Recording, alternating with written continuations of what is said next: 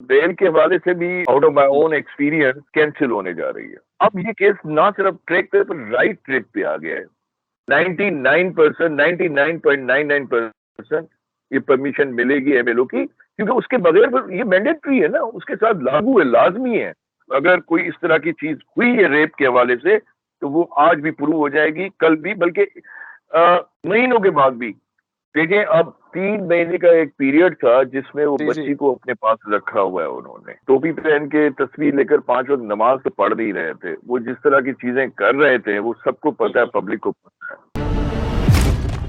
बिस्मिल्लाहिर्रहमानिर्रहीम, अस्सलाम वालेकुम। आप देख रहे हैं व्यूज मैटर। मैं हूं अली डार, मेरे साथ मौजूद हैं माहिर कानून जीएन कुरैशी साहब। Sir, thank you so much for your time.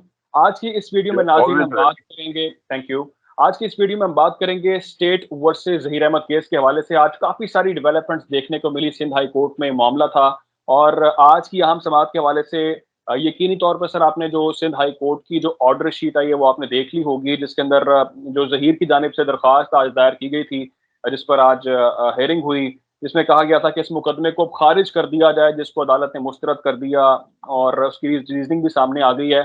फिर तौहीन अदालत के हवाले से आज जो पेशरफ थी, उन्होंने कहा कि जो तफ्तीशी अफसर हैं, प्रोसिक्यूटर हैं, उनको उन्होंने तौहीन की है, तौहीन अदालत की है, उनको नोटिस जारी कर दिए गए। फिर जिब्रान आसिफ साहब ने जो दरख्वास्त दायर की थी, उस हवाले से भी आज पेशरफ हुई कि डीआईजी रैंक के जो अफसर हैं वो इसकी इन्वेस्टिगेशन करें। काफी डेवलपमेंट थी।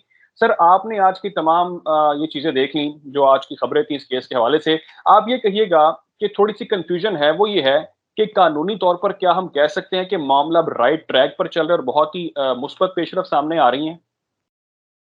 अली, जो आईनी ऑफ द सिचुएशन जो है ना, इस वक्त जो डायलेमा बना हुआ है, तो इस केस पे तबसरा वो लोग कर रहे हैं जिनको एबीसी लॉ का पता नहीं है और अपनी अपनी एक्सपर्टीज। देखिए, आप जिस फील्ड में एक्सपर्ट है उसकी एक्सपर्टीज बिल्कुल शो करें, लेकिन उन पे उनकी इंटरप्रिटेशन करना। आज मैं एक देख रहा था, वीडियो देख रहा था, जिसमें एक मोहतरमा जो लाइव शो किया करती हैं और आकर अपनी अपनी जिसे कहते हैं ना कि इंटरप्रिटेशन कर रही थी और लॉस की, उनको एबीसी भी पता नहीं है। उनको वो प्रोविजन भी कोट कर रही थी 561 ए का। 561 ए बेसिकली क्रिमिनल प्रोसीजर कोड में इनहेरेंट पावर्स होते हैं हाई कोर्ट के, इसी तरह जिस तरह से सिविल प्रोसीजर कोड में 151 में इनहेरेंट पावर्स होते हैं। देखिए, 2 पिटीशन फाइल की गई थी अली। असल में हाई कोर्ट्स में ये जो जिस जिस जुरिस्डिक्शन में आप ये पिटीशन फाइल होती है, ये एक्स्ट्रा ऑर्डिनरी कॉन्स्टिट्यूशनल जुरिस्डिक्शन होती हैं। और पिटीशंस की 3 मेन इंग्रेडिएंट्स होते हैं जिस पर रिट इशू होती है, या जिससे आप कहते हैं पिटीशन इन्वोक होती है। when there is no alternate remedy available, alternate speedy efficacious remedy available। जब इनमें से कोई भी रेमेडी अवेलेबल है तो आपको पहले वहां नॉक करना पड़ता है। असल में हुआ क्या इन पिटीशंस में, एक पिटीशन थी जिसमें क्वैशमेंट की थी। जी। 561 ए की एप्लीकेशन फाइल करके पिटीशन अंडर आर्टिकल 199 में रिट इशू करवाई जा रही थी, रिट के साथ। तो उसमें क्वैशमेंट क्या होती है? क्वैशमेंट ऑफ एफआईआर होगी ना। अब जब चालान सबमिट हो गया ऑन रिकॉर्ड, तो एफआईआर सब सर्वियंट हो गई, नीचे आ गई। अब चालान सरफेस हो गया, तो उसकी जो कहते हैं ना, ये हमारी लीगल जबान में कहते हैं इनफ्रक्चुअस हो गया, इसकी अफादियत खत्म हो गई। तो ऑटोमेटिकली वो मेंटेनेबिलिटी पे क्वेश्चन आ गया और जज साहब ने कहा कि अभी it's no more maintainable, it's infructuous. तो आप बेहतर है कि ट्रायल कोर्ट में जाए और ट्रायल कोर्ट से जाकर रिलीफ मांगे। अच्छा, जब चालान सरफेस हो जाता है तो प्रोसीडिंग्स आगे बढ़ती हैं। फिर आगे चल के प्रोसीडिंग्स में अगर आप समझते हैं तो आप क्वैशमेंट ऑफ प्रोसीडिंग्स के लिए तो आ सकते हैं हाई कोर्ट में, लेकिन क्वैशमेंट ऑफ एफआईआर के लिए नहीं। या फिर प्रोविजन है एक्यूटल के।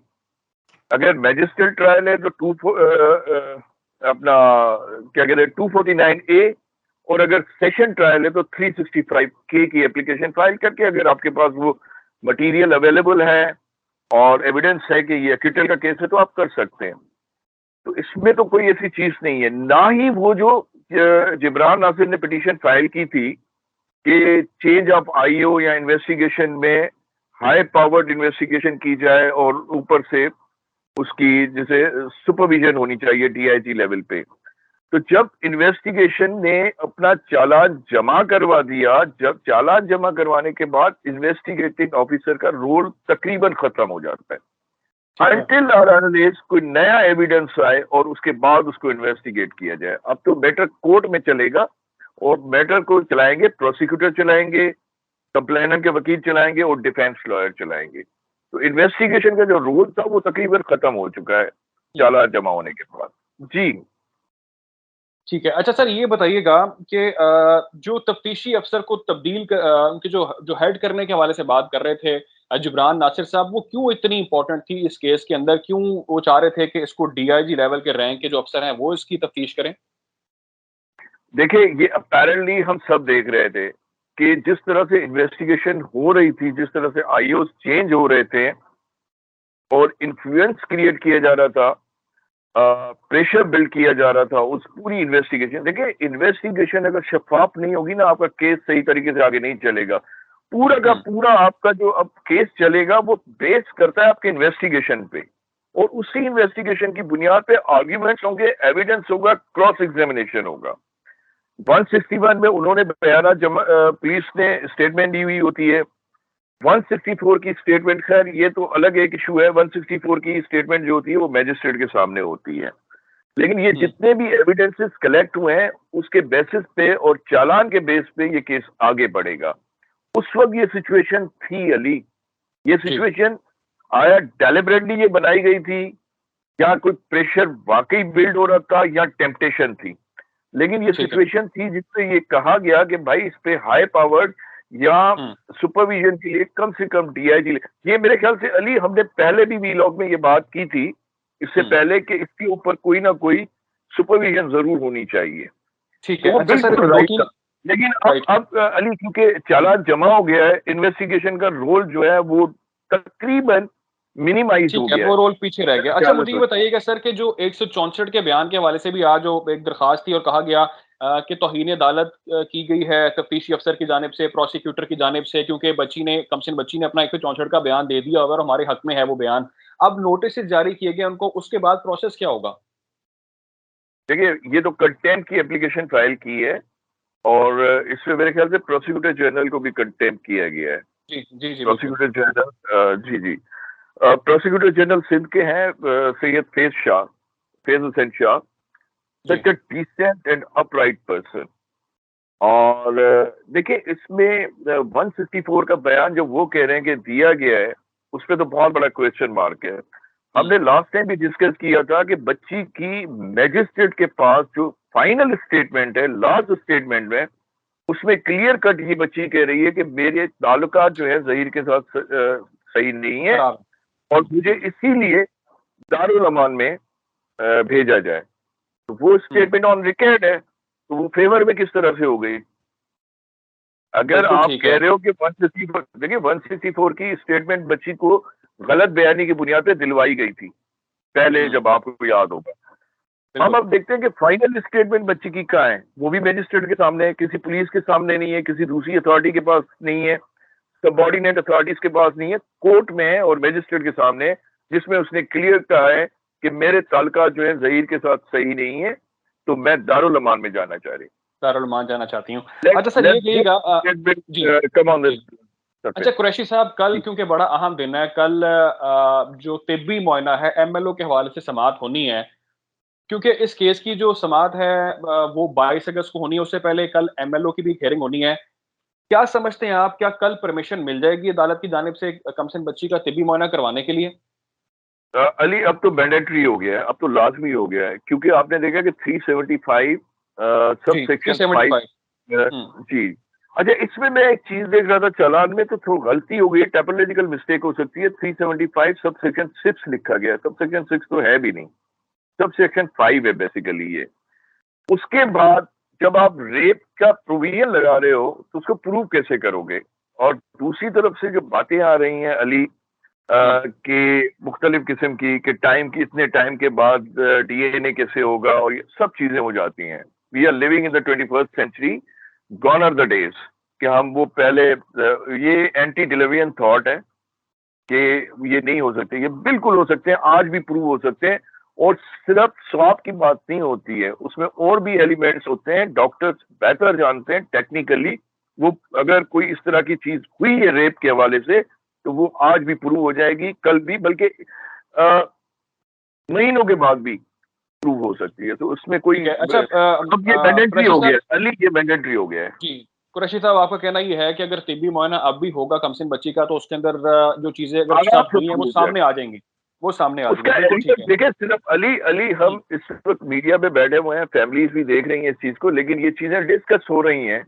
सिर्फ स्वाब का होना नहीं, देखें, इसमें इंटरकोर्स का भी वर्ड यूज किया गया है, कोहबिशन का वर्ड है, ठीक है ना। राइट। अगर कोहबिशन प्रूव हो जाती है तो वो सारी चीजें, उसके लिए तो डॉक्टर ही बेहतर उसको करेगा ना, एग्जामिन, और ये बिल्कुल चीजें ठीक है। प्रूव हो अच्छा सर, ये कहिएगा, मेरी आपसे बारे में आपका मैंने टेक नहीं लिया, आपका मैंने व्यू नहीं लिया, जो दफात शामिल की गई हैं, जो जिना है उसके अंदर शामिल किया गया, इगवा शामिल किया गया है, फिर ह्यूमन ट्रैफिकिंग की दफा लगी है इसके अंदर, चालान के अंदर जो चीजें लगी हैं, कितना प्रॉब्लम क्रिएट होगा अब जहीर के लिए, क्योंकि हम देख रहे हैं कि अब जमानत की बारी आनी है, होनी थी जमानत के हवाले से एक हेयरिंग, लेकिन वो आपको पता है बारिश की वजह से वो नहीं हो सकी, लेकिन अब 22 तारीख तक बात चलेगी और जमानत में तोसी हो गई। क्या समझते हैं आपके इन दफात के बाद जमानत हो पाएगी या गिरफ्तारी होगी? अच्छा अली, यहाँ पे सिर्फ बारिश तो फैक्टर था बैन, लेकिन बारिश की वजह से ना होना एक अलग बात है। लेकिन उस दिन आम तातील कर दी गई थी, जी वो सस्पेंड कर दी गई थी, ठीक है ना। तो केस, कोई भी केस नहीं चला लोअर जुडिशरी में। हायर जुडिशरी में तो केसेस चले, लेकिन लोअर जुडिशरी में नहीं चले, तो इस वजह से वो टाइम मिल गया उनको। जितने भी प्रोविजंस, सेक्शंस इसमें लगाए गए हैं, जो कि चालान सरफेस हुआ है 173 में, तो ये तो हीनियस क्राइम है। देखिए, ह्यूमन ट्रैफिकिंग का क्राइम जो है, प्रोविजन जो है 3 सब सेक्शन 2 पीटीआईपी का, उसके अलावा 363 का लगाया गया, 364 अपना ए लगाया गया जी है, उसके अलावा 375 फाइव। 375 सब सेक्शन 5 का प्रोविजन, ये all are the heinous crimes. और इन क्राइम्स में जितना एविडेंस, कोलैबोरेटिव एविडेंस इस वक्त तक जमा हुआ है, मैं अपने एक्सपीरियंस के हवाले से बात करूंगा। देखिए, बेल कभी भी राइट नहीं होता है, एक्सेप्शन होती है। ये भी अक्यूज का कभी राइट नहीं होता है, ये एक्सेप्शन होती है। उसे किस बुनियाद पे बेल मिलनी चाहिए? जब ये इनकी इन्वेस्टिगेशन हुई है, आपने देखा कि इन्वेस्टिगेशन के दरमियान भी, दौरान भी, ये उस प्रोसीडिंग्स को हैम्पर करने की कोशिश कर रहे थे। लेकिन जिस वक्त ट्रायल चलेगा, तो ये जहन में रखना चाहिए कि ये बेल किस तरह से मिल सकती है। अगर मिलती है तो ये हैम्पर करेंगे, प्रेशर बिल्ड करेंगे, टेम्प्ट करने की कोशिश करेंगे, डाइवर्ट करने की कोशिश करेंगे। तो मैं एक्सपीरियंस की बुनियाद पे कह रहा हूं कि ये बेल वर्ड नामुमकिन तो इस दुनिया में कोई भी नहीं है, मुश्किल, बहुत मुश्किल है। बहुत मुश्किल है बेल मिलना। अच्छा सर, एक और बहुत ही एक अहम टॉपिक है, अगर मैं चाहूंगा कि आप उस पर भी अपना थोड़ा सा एनालिसिस दें और हमें कानूनी तौर पे बताएं कि उसके अंदर क्या कानून रोल प्ले करेगा। एक शायद आपकी नजर से एक मामला गुजरा हो कि फैसलाबाद के अंदर एक लड़की है, खतीजा, जो मेडिकल की स्टूडेंट है, और वहां पर एक विजुअल सामने आते हैं, वीडियो सामने आती है कि उस पर एक बिजनेसमैन जिसका नाम है शेख दानिश, वो और अपने कुछ लोगों के साथ मिलकर उस लड़की पर तशद्दुद कर रहा है, उसको मारा पीटा जा रहा है, और उससे जूते चिटवाए जा रहे हैं, उसके बाल काटे जा रहे हैं, उसकी भवें काटी जा रही हैं, और काफी उस पर तशद्दुद किया जा रहा है। और अब वो लोग इस वक्त कानून की गिरफ्त में हैं। आप ये बताइएगा कि कानूनी तौर पर ऐसे लोगों के खिलाफ, वैसे तो पाकिस्तान में आपको पता है कि जो बड़े लोग होते हैं, हम देखते हैं कि वो शिकंजे में नहीं आ पाते हैं, कुछ अर्से बाद वो अदालतों से बाहर निकल जाते हैं, जेल से बाहर होते हैं वो। लेकिन इस केस के अंदर कानून क्या कहता है किसी के साथ इस तरह से करना? और हमने ये भी देखा कि मुद्दई को प्रेशराइज भी किया जाता है। क्या समझते हैं आप, कैसी सजाएं इसके अंदर? अली, ना सिर्फ ये सारी चीजें की गई, बल्कि मेरे ख्याल से वीडियो भी बनाई गई। मुझे इस केस जी के बारे में ज्यादा पता तो जी, नहीं है, जो बिल्कुल, चीजें वीडियो भी आप, बनाई गई, वीडियो भी शूट की गई। उसकी बुनियाद पे मैं आपको बता देता हूँ। देखो, एक तो it's a height of violence ना, वायलेंस तो है अपनी जगह पे, और जिसके क्रिमिनल रिpercussions भी हैं, इम्प्लीकेशंस भी हैं। लेकिन हमारे यहाँ बदकिस्मती से जो कॉन्स्टिट्यूशन में आर्टिकल 8 से लेकर 28 तक हमें फंडामेंटल राइट्स दिए गए ना, उसका मिस यूज है। It's infringement of fundamental rights. आप मुझे बताएं, लिबर्टी या फ्रीडम ऑफ स्पीच या freedom of association, freedom of walk, ये सब्जेक्ट टू रीजनेबल रिस्ट्रिक्शंस हैं। आप एक वीडियो बना रहे हैं, नाजेबा वीडियो कहेंगे हम इसे, जो तशद्दुद किया हुआ दिखाया जा रहा है उसके ऊपर, और उनकी इजाजत के बगैर वीडियो बनाए, साइबर क्राइम भी है उसके लिए। अटेश लॉ जो है, सब्जेक्ट टू रीजनेबल रिस्ट्रिक्शन की जब मैं बात करता हूँ कॉन्स्टिट्यूशन में, तो उसके साथ कुछ लॉज अटेच होते हैं, सबऑर्डिनेट। तो इसमें साइबर क्राइम भी है, और वीडियो तो आप बगैर परमिशन के किसी की तस्वीर भी नहीं खींच सकते और उसको पब्लिक नहीं कर सकते। तस्वीर खींच के उसे पब्लिक नहीं कर सकते, वीडियो बनाकर उसको पब्लिक नहीं कर सकते उसकी परमिशन के बगैर। और तशद्दुद है, ये फ्रीडम ऑफ, जिसे कहते हैं ना, अपनी लिबर्टी का नाजायज फायदा है और हीनियस क्राइम है, जिसपे बाकायदा सीरियस किस्म के, अब तो सफेद हो गई है ये बात, तो इस पे केस चलेगा। और इंशाल्लाह ये देखिए, एक अच्छी चीज जो हमें अच्छे पहलू भी निकालने चाहिए, यूट्यूबर इस मीडिया के हवाले से, इलेक्ट्रॉनिक मीडिया है या सोशल मीडिया है, उससे अवाम पब्लिक जो है, आम पब्लिक जो है, एक तो आम पब्लिक का प्रेशर ज्यादा बढ़ता है इन्हीं इंस्टीट्यूशन पे, और वो मजबूर होते हैं उनको सही तरीके से काम अपना सर अंजाम देने के लिए। अब क्योंकि ये सरफेस हो गया है इशू, तो इसकी प्रोसीडिंग्स भी मेरे ख्याल है अच्छे तरीके से चलेगी। उसके अलावा आपने एक बात पूछी थी दुआ जहरा के हवाले से, कि इस केस को मैं किस तरफ जाते हुए देख रहा हूँ। बिल्कुल बिल्कुल। अब ये केस ना सिर्फ ट्रैक पे, पर राइट ट्रैक पे आ गया है, और इसको मैं कहता हूँ कि हर चीज मेरिट पे डिसाइड होनी चाहिए, और मेरिट के भी कुछ प्रिंसिपल्स होते हैं।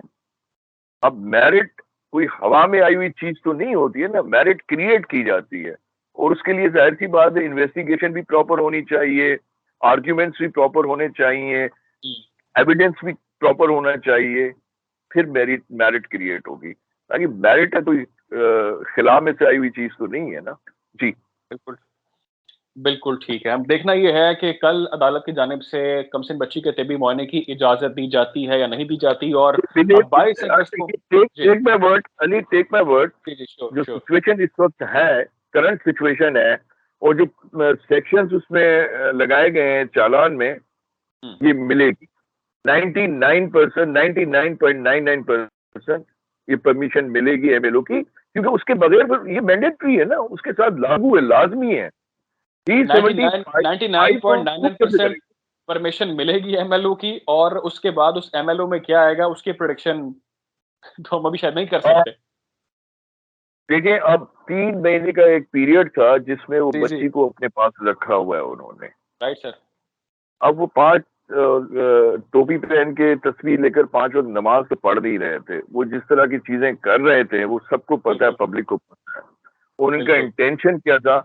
जैसे मैंने पहले भी कहा था अली, सिर्फ एक्ट का हो जाना सिर्फ काफी नहीं होता, उसके पीछे का इंटेंशन, तो इनका इंटेंशन भी जाहिर होकर आ गया है। इंटेंशन भी जाहिर हो जाएगा, बहुत चीजें सामने आ जाएगी। जो है, क्योंकि ट्रायल स्टार्ट होने में इतनी देर लगी है, तो उसका एक बेनिफिट जरूर हुआ है कि इस सारे पीरियड में उनका इंटेंशन जाहिर हो गया है, तो अब इंटेंशन को सरफेस करने में ज्यादा टाइम नहीं लगेगा ट्रायल में।